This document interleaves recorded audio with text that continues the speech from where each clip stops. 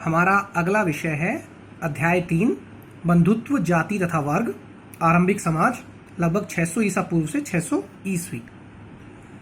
इससे पहले का जो अध्याय था उसमें हमने 600 ईसा पूर्व से 600 ईस्वी तक मध्य के आर्थिक और राजनीतिक जीवन में जो परिवर्तन हुए उनके बारे में पढ़ा था। इनमें से कुछ परिवर्तनों ने जो समकालीन समाज था उस पर अपना प्रभाव छोड़ा, जैसे कि वन क्षेत्रों में जो है कृषि का विस्तार हुआ था लोहे के कारण। इसके अलावा वहाँ रहने वाले लोगों की जो जीवन शैली थी उसमें परिवर्तन हुआ और शिल्प विशेषज्ञों का एक समूह जो है वो उभर कर आया। इतिहासकार इन सब परंपराओं को समझने के लिए साहित्यिक परंपराओं और साहित्यिक ग्रंथों का जो है प्रयोग करते हैं। इस अध्याय में हम जो है बंधुत्व, जाति, इन सब मुख्य विषयों पर जो है चर्चा करेंगे।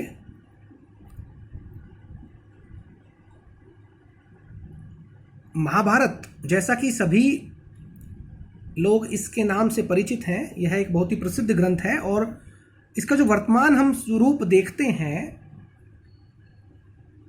उसका श्रेय जो है वो 1919 में जो प्रसिद्ध संस्कृत विद्वान वीएस सुखतांकर थे उनको जाता है। उन्होंने ही अपने नेतृत्व में विद्वानों के साथ मिलकर जो इसका वर्तमान संस्करण है उसको तैयार करने का जिम्मा उठाया था। महाभारत जो है उसकी रचना लगभग 1000 वर्षों तक होती रही। उसमें कई प्रसंग जो हैं वो जोड़े जाते रहे। संस्कृत के अलावा अन्य क्षेत्रीय भाषाओं में भी कुछ प्रसंग जो हैं वो महाभारत में मिलते हैं। मनुस्मृति के अंश भी जो हैं वो महाभारत में जोड़े गए थे।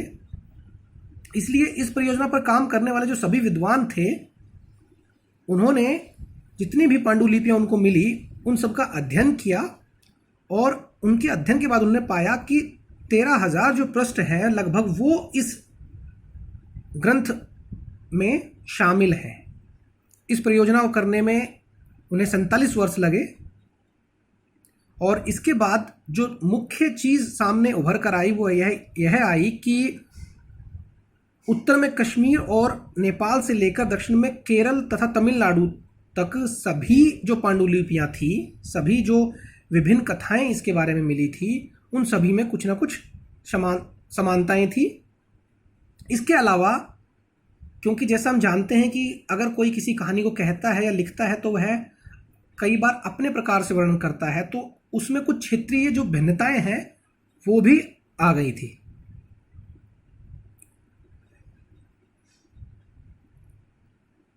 एक तरह से देखा जाए तो ये जो भेद हैं ये उन प्रक्रियाओं के प्रतीक हैं जिसमें कि विचार और आचरण के बीच संवाद कायम करके सामाजिक इतिहास को एक नया रूप जो है वो दिया जा रहा था। महाभारत के अंदर कहा जाता है कि जो कुछ इस संसार में है वो महाभारत में है। इसी के तहत जो है हम बंधुता और विवाह संबंधी जो नियम थे उनका अध्ययन जो है वो अगले टॉपिक में जो है करने जा रहे हैं। महाभारत में जैसा कि ये प्रसिद्ध है कि ये जो कथा है ये दो परिवारों के बीच थी। इतिहास के बारे में सबसे बड़ी दिक्कत जो इतिहासकारों को आती है वो यह आती है कि वे परिवार जो कि काफ़ी समृद्ध थे या शक्तिशाली थे उनका वर्णन तो पांडुलिपियों में तथा ग्रंथों में मिल जाता है, परंतु जो सामान्य परिवार थे उनके बारे में जानकारी का जुटाना काफ़ी मुश्किल कार्य होता है। इसीलिए इन पर कयास मात्र ही लगाए जाते हैं और ऐसा माना जाता है कि जिन नियमों का पालन राजाओं द्वारा किया जाता था लगभग उसी का या उसी प्रकार के नियमों का पालन जो है आम जनता द्वारा भी किया जाता था। पितृवंशिकता का अर्थ है कि पिता के बाद उसके पुत्र का तथा उनके बाद उसके पुत्र का शासन होगा। कह सकते हैं कि यही एक व्यवस्था थी जिसने कि महाभारत की नींव रख दी थी, क्योंकि सभी लोग लगभग जानते हैं कि महाभारत का जो युद्ध है वो कौरव पांडवों के बीच सत्ता को लेकर हुआ संघर्ष था। और धृतराष्ट्र जो थे वो जन्म से नेत्रहीन थे, देख नहीं सकते थे, इसीलिए उनको राज न देकर उनके छोटे भाई पांडु को राज दिया गया था।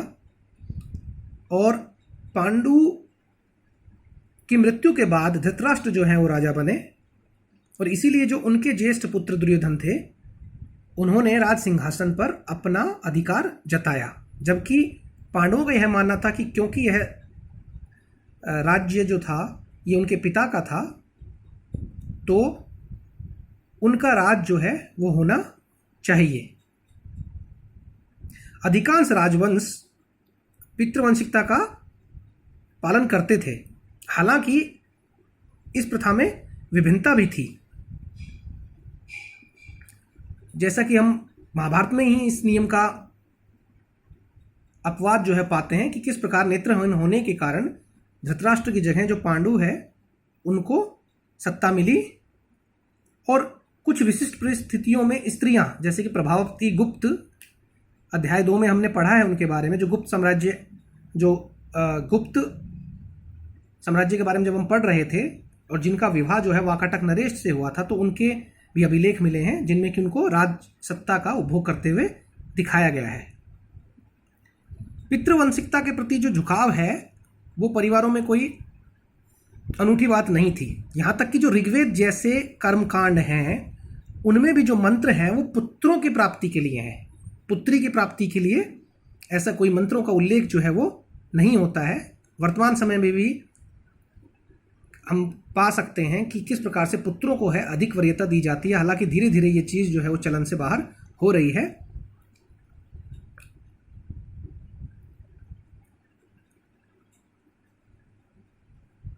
स्वजनों के मध्य जो लड़ाई है उसका चित्रण जो है वो आदि पर्व, जो कि महाभारत का प्रथम अध्याय है, उसमें मिलता है कि किस प्रकार जो है दुर्योधन तथा पांडवों के बीच वैमनस्य बढ़ता गया और इसी वैमनस्य की वजह से इनके बीच युद्ध हुआ, क्योंकि हस्तिनापुर पर पांडु तथा दुर्योधन दोनों ही अपना अधिकार जो है वो समझते थे।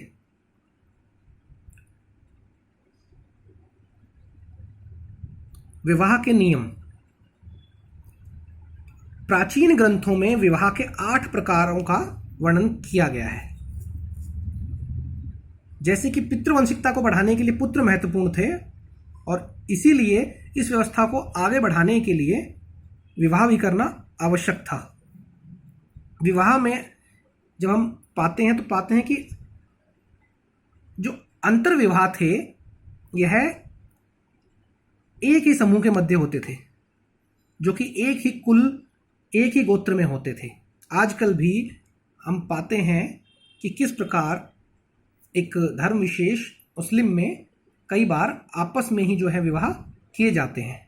बहिर्गोत्र, इसमें गोत्र से बाहर विवाह करने को कहते हैं। धीरे धीरे आरंभ में पहले अंतर विवाही होते थे जो कि अपने ही गोत्र में होते थे, लेकिन धीरे धीरे अब हम साइंस के माध्यम से ये जान पाए हैं कि किस प्रकार से कुछ बीमारियां जो हैं वो एक ही रक्त समूह में शादी करने से हो जाती हैं, इसलिए अपने से अलग गोत्र में विवाह को आगे चलकर वरीयता दी जाने लगी। बहुपत्नी प्रथा, जिसमें एक पुरुष की अनेक पत्नियां होती थी। पहले के जो राजा महाराजा हैं उनमें कई स्त्रियों का वर्णन जो है वो मिलता है। बहुपति प्रथा जो है इसमें एक स्त्री के कई पति होते थे, जैसे कि महाभारत के अंदर द्रौपदी जो है उनके 5 पति थे।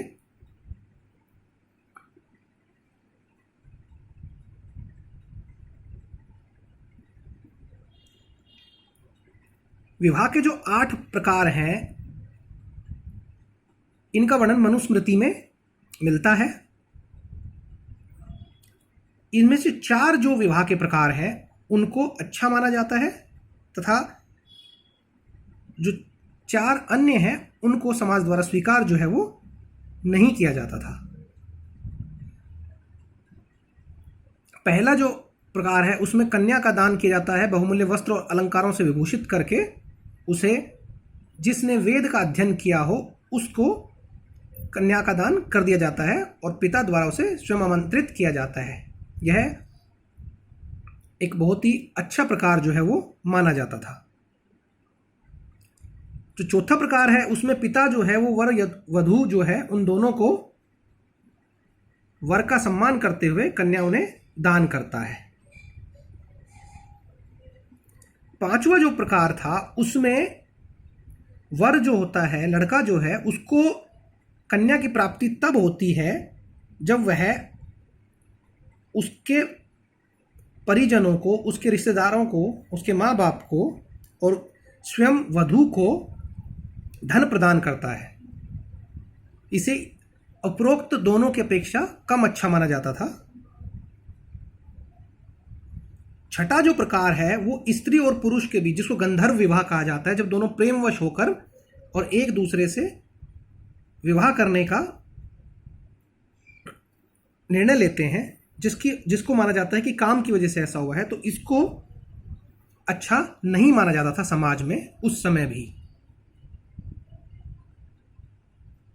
स्त्री का जो गोत्र था वह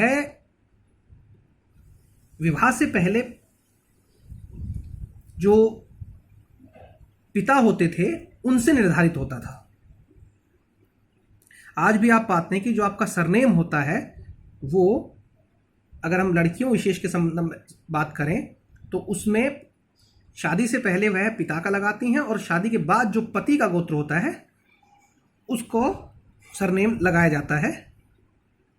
तो इसी प्रकार से प्राचीन काल में भी विवाह के पश्चात पिता के स्थान पर पति के गोत्र को जो है अपनाया जाता था।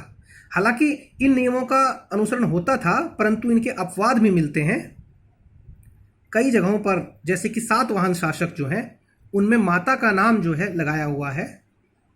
सातवाहनों के बारे में हम पहले ही पढ़ चुके हैं कि पश्चिमी भारत और दक्षिण के कुछ भागों पर उनका शासन था, जो कि दूसरी शताब्दी ईसा पूर्व से दूसरी शताब्दी ईस्वी, लगभग 400 साल। सातवाहनों के जो अभिलेख मिले हैं उनमें उन्होंने अपनी माता का नाम जो है वो प्रमुखता से लिया है, जैसे कि गौतमी पुत्र सातकर्णी या वशिष्ठी पुत्र पुलमावी। इनके जो अभिलेख हैं वो बताते हैं कि सातवाहन जो राजा हैं वो अपनी माता का जो नाम है उसका प्रयोग जो है वो अपने साथ करते थे।